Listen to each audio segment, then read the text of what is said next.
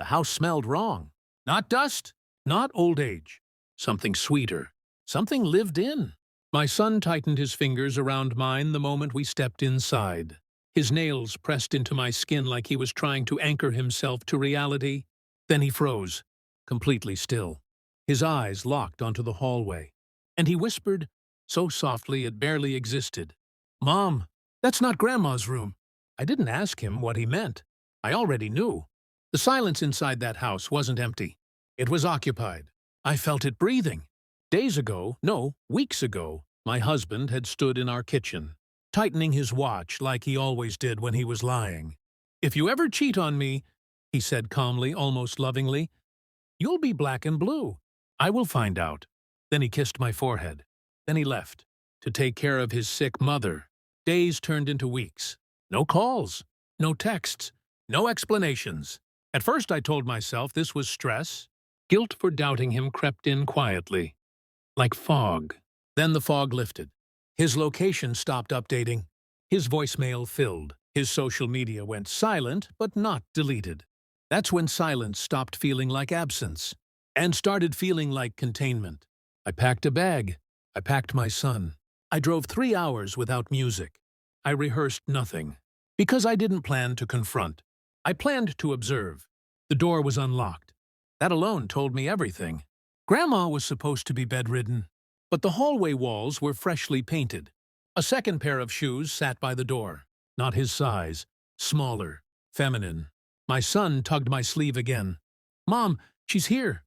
Not he. She. I told him to wait in the car. He didn't argue. Children know when lies are too big for noise. I walked deeper into the house. The kitchen counter held 2 coffee mugs, still warm. One had lipstick on the rim. Not mine. I stood very still. And finally, I heard footsteps. Slow, careful, calculated. Just like his threats had been. I smiled before he even saw me. Not because I was happy, because something inside me had finally gone quiet. Whatever he thought he was hiding, I was already standing in it. He stopped when he saw me. Not startled. Not guilty. Measured. Like a man calculating exits. Behind him, she appeared. Barefoot. Wrapped in one of my old sweaters. Not sick. Not elderly. Very alive. Very young. "You came," he said.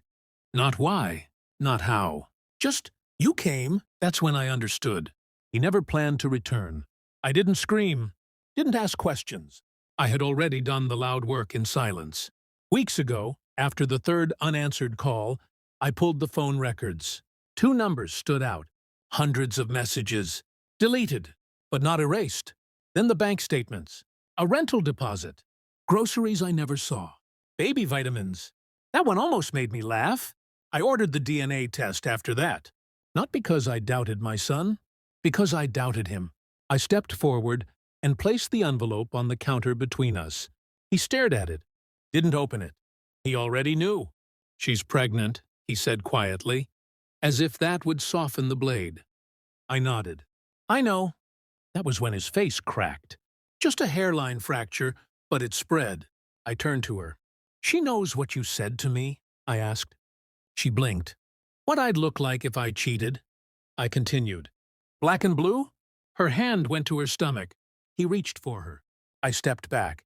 "I also know," I said calmly, "that the child isn't yours." Silence detonated. I slid the DNA results toward him. Certified. Cold. Phenol. His mouth opened. Nothing came out.